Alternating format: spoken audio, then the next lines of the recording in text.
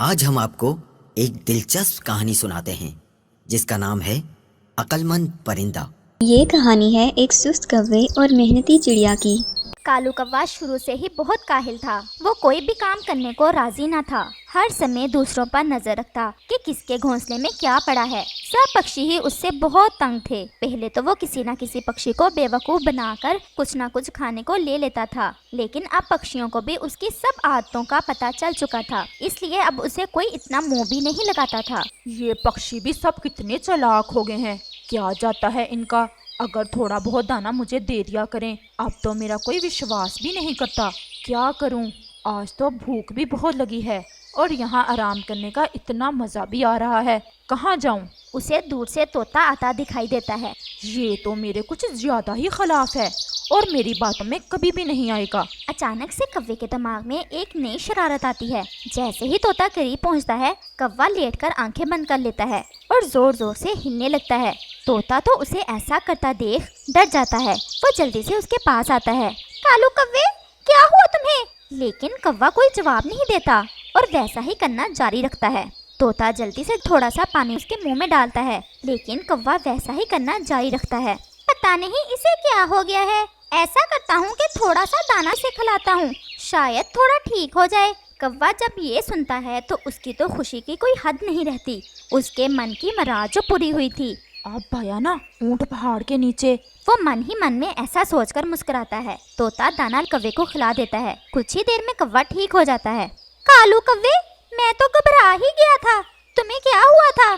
क्या बताऊं तुम्हें तोते, मुझे क्या मसला है। सब पक्षी ही समझते हैं कि मैं बहुत काहिल और कामचोर हूँ, लेकिन कोई ये नहीं जानता कि मुझे कितनी बीमारियां हैं। 3-4 रोज से तो कुछ ज्यादा ही बीमार हूँ। बैठे बैठे चक्कर आने लगते हैं और मन घबराना शुरू हो जाता है, और कल से तो ऐसे झटके लग रहे हैं। अब तुम ही बताओ तोते, इस हालत में मैं कैसे काम करूं? मेरी जिंदगी का तो अब कोई भरोसा भी नहीं है कि कब खत्म हो जाएगी। मैं तो हूँ भी अकेला। कालू कौवे, अब ऐसा तो ना कहो। हम सब हैं ना तुम्हारे साथ। अब हमें इतना थोड़ी पता था कि तुम इतने बीमार हो।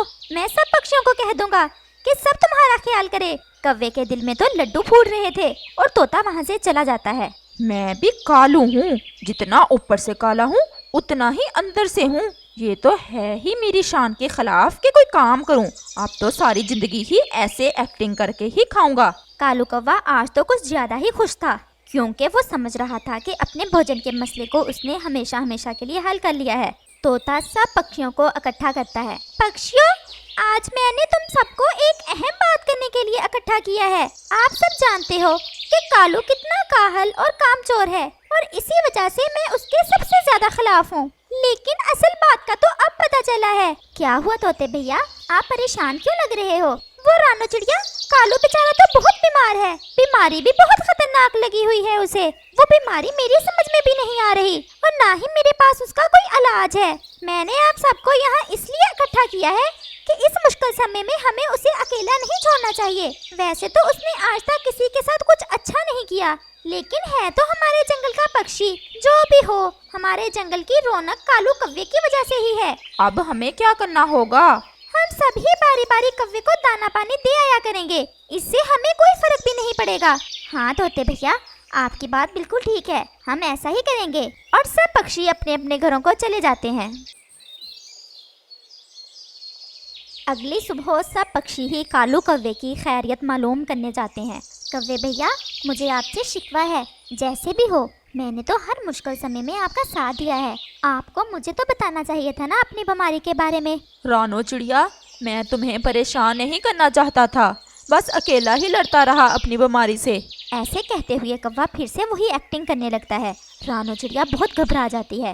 वो जल्दी से तोते की हदायत के मुताबिक दाना कौवे को खिलाती है, तो कुछ ही देर में कौवा ठीक हो जाता है। कौवे भैया, आपने बिल्कुल घबराना नहीं है, आप जल्दी ठीक हो जाएंगे। रानो बहन, लगता है अब मैं जल्दी ही खत्म हो जाऊंगा। ये बीमारी मुझे मारकर ही मेरा पीछा छोड़ेगी। आप प्लीज ऐसा ना कहें। अभी तो आज मुझे अपने घोंसले की मरम्मत का काम भी करना था। अब सेहत जरा संभलती है तो शुरू करता हूँ। कौवे भैया, मैं कर दूंगी आपके घोंसले का काम। हम आपको इस हाल में कोई काम नहीं करने दे सकते। अच्छा, अगर तुम कहती हो तो ठीक है, वरना मैं कर ही लेता आहिस्ता आहिस्ता। कौवा बाहर से तो बीमार होने की एक्टिंग कर रहा था, लेकिन अंदर से उसका दिल कर रहा था कि उठकर नाचे और जश्न। बेचारी रानो चिड़िया सारा दिन लगाकर कौवे का घोंसला मरम्मत करती है। वाह, आज तो मजा ही आ जाएगा इस नए घोंसले में सोने का। और कौवा मजे की नींद सो जाता है। अगले दिन कौवे के मामा जी का बेटा साथ वाले जंगल से आता है। वो देखता है कि सब पक्षी कौवे की बहुत सेवा कर रहे हैं। अरे कालू, तुम कहीं राजा तो नहीं बन गए इस जंगल के, जो हर पक्षी तुम्हारी इतनी सेवा कर रहा है? ऐसा ही समझ लो। अगर तुम कहो तो तुम्हें भी ये राज बता दूं। हाँ यार, बता दो। मैंने बस सब पक्षियों को बेवकूफ बनाया हुआ है। सब पक्षी ही मुझे देखकर दूर भागते थे कि कहीं मैं उनसे कुछ मांग ना लूं। लेकिन इस बार मैंने भी ऐसा खेल खेला, बाकी सब तो तुमने अपनी आंखों से देख ही लिया है। अच्छा, अब जल्दी करो, मुझे भी बताओ। उसके बाद कालू कौवा अपने मामा जी के बेटे को सारी बात बता देता है। अरे वाह कालू, सच में तुम्हारे जैसा दिमाग किसी का नहीं हो सकता। लेकिन मैं ऐसा नहीं कर सकता। तुम्हें तो पता है मेरे पापा जी का, 1 मिनट में मेरे सारे चक्कर उतार देंगे। तोता, जो कि सुबह सुबह कौवे को अमरूद का नाश्ता करवाने आया था, कौवे की सारी बात सुन लेता है और उसे अपने आप पर गुस्सा आता है कि वो कैसे उल्लू बन गया। लेकिन अब कालू कौवे, तुम चिंता ना करो, इस बात का बदला तो तुमसे लेकर रहेंगे।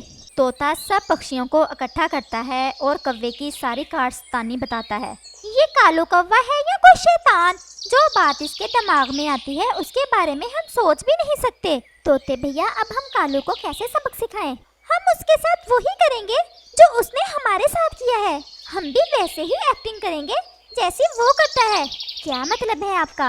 मतलब ये है कि जब वो ऐसी एक्टिंग करने लगे, जो भी पक्षी वहाँ हो वो भी वैसा ही करने लग जाए। इससे क्या होगा? इससे वो खुद ही ऐसा करना छोड़ देगा। इससे ज्यादा तो हम उसके साथ और कुछ कर भी नहीं सकते।